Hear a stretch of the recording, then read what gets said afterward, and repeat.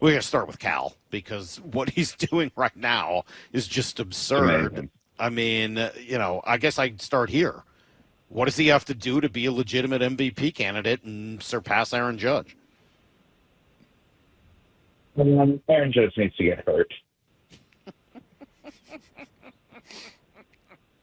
I wish the answer were different, because in any other year, you look at what Cal Raleigh is doing right now, and it's like, how can't this guy be MVP? He's arguably the best defensive catcher in baseball and leads Major League Baseball in home runs and is as clutch as it gets. And everything about his game is just magnificent to watch. And yet he happens to be playing at the same time as an all-time great player who is having an all-time great season. And that's what we have to keep in mind here. This is no ding on Cal Raleigh. This is not me saying that Cal Raleigh has to do more. You just can't.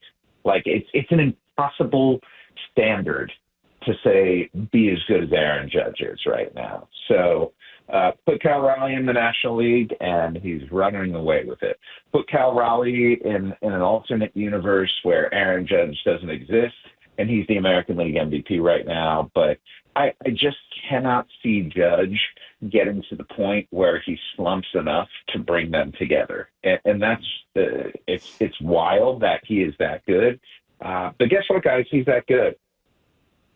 The Mariners are in first place, 32-26, half game up on the Astros as they begin their 3-game set with the Orioles. If Cal Raleigh were not a Seattle Mariner in 2025, the Mariners are 32-26 with him.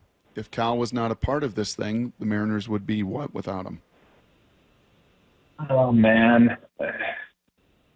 Yeah, this is one of those questions where you look at wins above replacement, right? And that's what wins above replacement are supposed to do. And Cal's at what, 3.5 right now? Something like that? Somewhere around there, yep. Yeah. So, I mean, the answer by that is, I don't know, 500 maybe, but I feel like it's more. I feel like you flip their record if Cal Raleigh's not there. I think they're under 500. And I don't know, like, who's taking the catching ABs at that point? Like, have the Mariners, called up Harry Ford by then? and is he the one who's stepping in to get the majority of the at-bats? Let's put it this way. I don't vote this way. Actually, I don't vote for MVP anymore at all. But when I did vote, I didn't vote with the idea that if you take this guy off the team, how does that hinder the team? But, man, I don't know that there is – well, yeah, I guess Aaron Judge is more valuable just in terms of production. But the Yankees without Aaron Judge are a playoff team. The Mariners without Cal Raleigh are in third place. So I think it's simple as that. You want to look at the effect that the guy has had, and he is carrying them to the playoffs right now. It's crazy. He's doing it, too. I mean, I think switch hitting catcher is such so many different parts to his game have to come together. He's got to work on the defense. He's got to work on the pitching staff, his right-handed swing, his left-handed swing. So maybe not a surprise that it takes those guys sometimes a little bit longer to develop. But he has almost dead even splits this year, right-handed and left-handed. I think what's jumped out to me about Cal is every time you want to point to a perceived weakness, he seems to solve it. It's like, oh, he's not as good right-handed. Nope, he is now. Oh, they started to find a little hole up top where maybe you can get a fastball by him. Nope, he's going to take a pitch outside the zone, a fastball high, and drive it to right field 360 feet away. Like, his ability to make these adjustments is, I don't know, it feels not unique, but very rare. When I look at him, the thing that I appreciate even more than the power, and the power is tremendous and not something that we see from catchers, right? Like, I want to keep that in mind, that he's doing this and that he plays as much as he does for a catcher is wild. And I worry a little bit I don't mean to be old wet blanket here, but I worry about how he's going to feel come October. And that extra month of play, being the catcher, guys, it's so hard. You are just getting beaten up every single night. The bumps and the bruises and the soreness, the entire position is built to break down a man. And Cal seems impervious to it, which is, among all of the things that he does, that might be the most impressive. But statistically speaking, beyond the home runs, I just love seeing his on-base percentage, which for his career has been like 300, up near 380. He's striking out a lot, but he's taking walks with it and hitting home runs with it. And I don't think I see Cal Raleigh as a three true outcomes guy, but that's kind of what he's become. And man, it's working for him. The notion that he, like this guy who career wise, his best OPS season was like 775, somewhere around there. You think a great year from him, it's going to be like 850. 95th percentile is 850, 99th percentile is 875. You could not fathom him going over 1,000, and yet that's where he's at right now. And the emergence of Cal Raleigh, who already was a star, into a superstar has been one of the very cool stories of the 2025 season. How unique is that, Jeffrey? 1,200, 1,400, 1,500 at bats into your big league career? I don't think it's entirely uncommon, but I appreciate the fact that Mike pointed this out earlier with him being a catcher and then taking a little bit more time to develop. And I think that's actually a very reasonable thing, and maybe something I didn't give enough credence to, that because he's a catcher and because he's a switch hitter, there are more things that he can improve on, right? There are more things that he can fix and optimize. And so, yeah, it's not rare, but it is uncommon enough that it's impressive. And I know I keep going back to that word. I just don't, honestly, I don't know what else to say. Everything the man does is impressive. And what I keep going back to is that Cal is what we all wanted Julio to be. Mm-hmm. And that is rare when you have a couple of prospects who come up and one is so highly touted and, he gets the superstar contract. He gets all the attention. He gets the story that's supposed to be written by Jeff Passan and never is. And then another guy comes in and, he's supposed to be good. You got hopes for him, but he usurps him completely.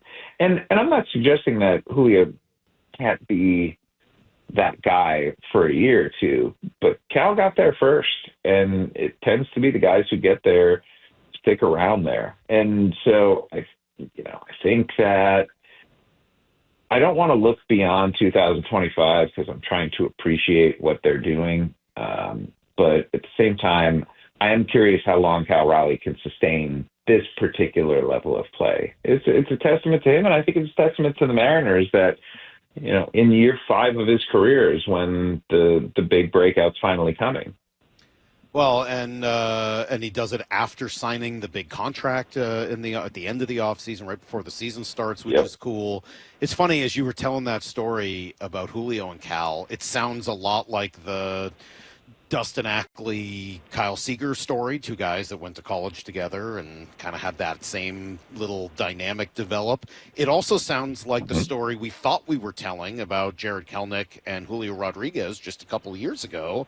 And then like a third horse stalking down the stretch, Cal just comes by and passes everybody at the end. So this game, man, you just never know what direction these guys are going to go. I loved your article this morning, Jeff. Loved it. Read the whole thing. It is a long, wonderful wonderful piece for those of you who are like me that think the trade deadline is one of the coolest things in all of sports. Jeff has an early look at all 30 teams, who could sell, who could buy, big names, etc.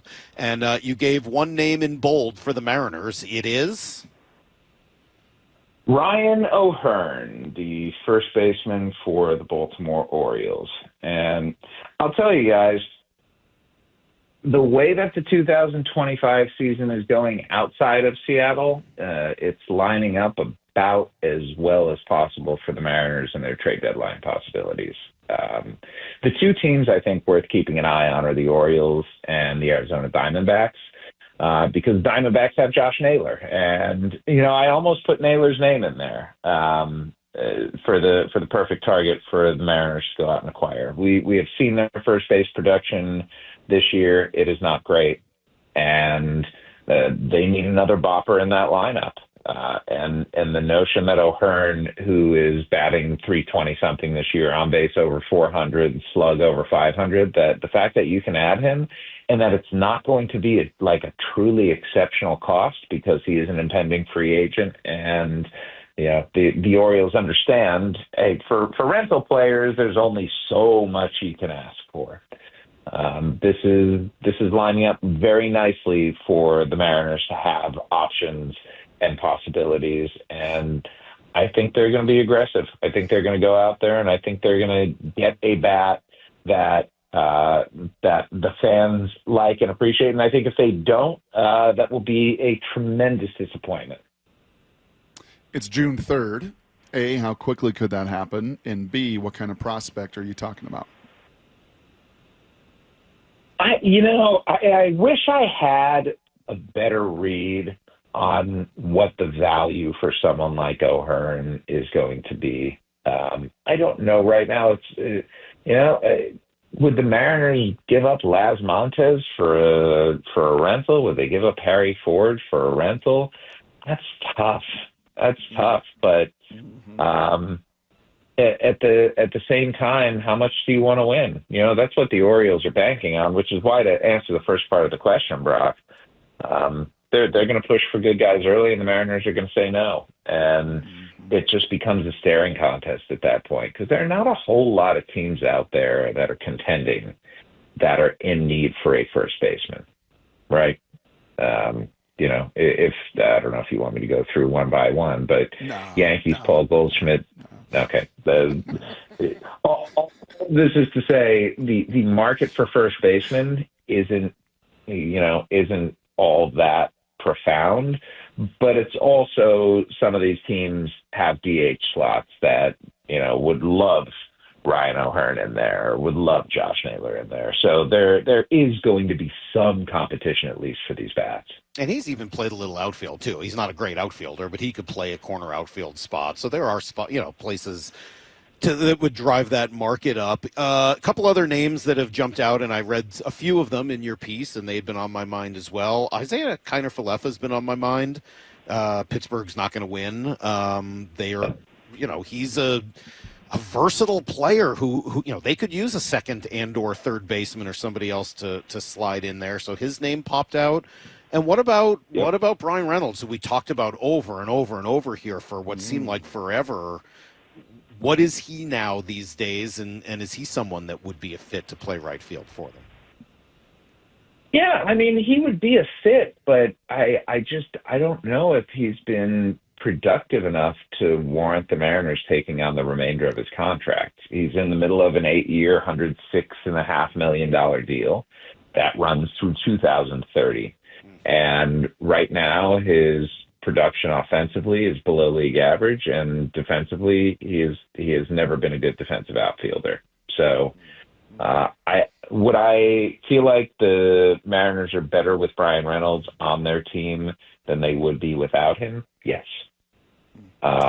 If I have a finite amount of money to go out and spend, and acquiring him would mean perhaps not getting somebody you like more, is that something I would want to do? It's a value proposition at that point. And Brian Reynolds is valued because of that contract. I was talking with someone who said the Pirates would love to get rid of Brian Reynolds. And when you're in that situation where a guy is contract's a little bit underwater. You have some leverage, but you might just be, cutting off an even better move in the future. And that's the balance that Jerry Dipoto and Justin Hollander need to strike. Like, how much do you invest in the 2025 season? How much do you invest in this team that doesn't know what they're going to be getting from George Kirby, doesn't know what they're going to be getting from Bryce Miller, does at this point what they're going to be getting from Logan Gilbert? And Luis Castillo has looked a lot better, and Brian Wu is awesome, and Emerson Hancock and Logan Evans are there. But I think until they have a better sense of what their pitching staff really looks like in this present moment, that we can't know just how aggressive the Mariners are going to be.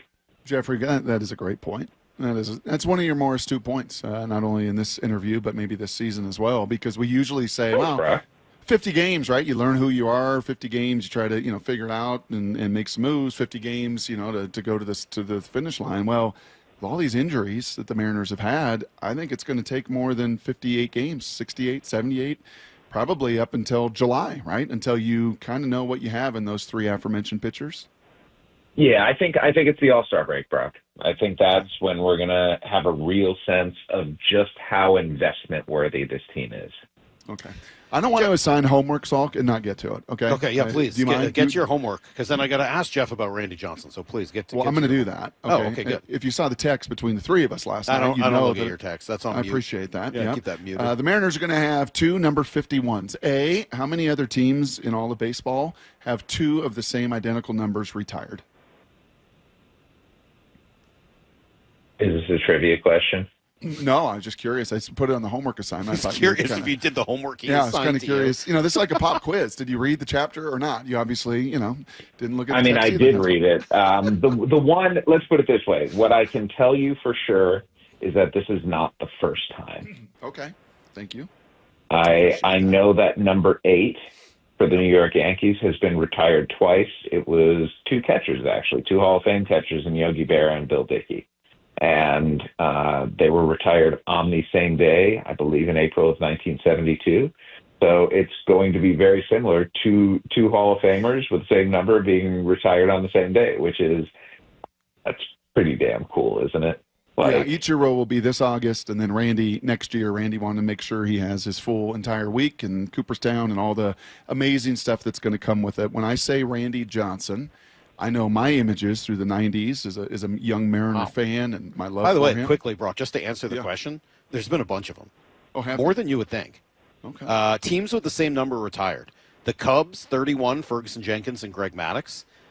Reds, number 5, Willard Hirschberger and Johnny Bench. The Nationals / Expos, 10, Rusty Staub and Andre Dawson.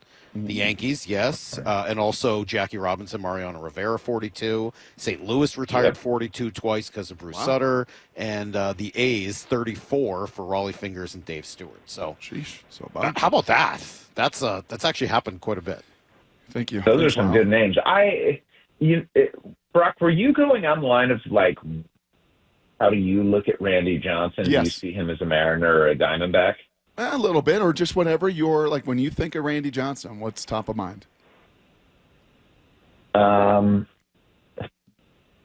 My instinct says the most dominant pitcher I've ever seen, but then I remember Pedro Martinez in the late 90s and early 2000s, and Pedro at his peak, I think, was probably a hair better than Randy.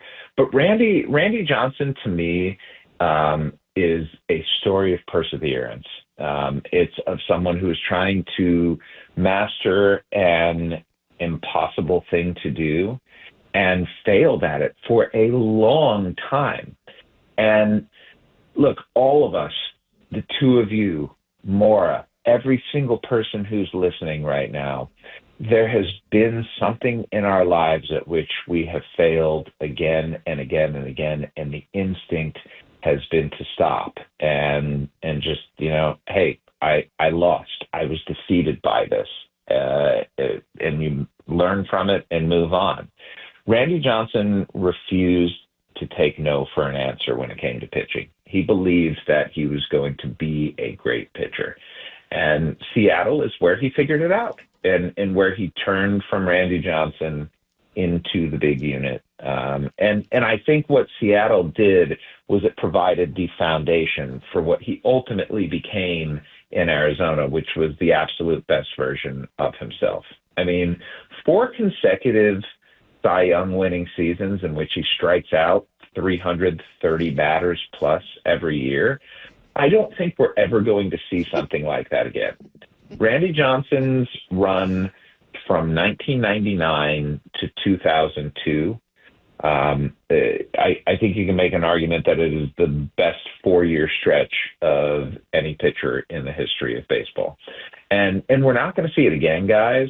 Not because there won't be pitchers who are as dominant as Randy Johnson. There will be. There might, right now, you can make an argument that Tarek Skubal is pitching at a Randy Johnson-like level.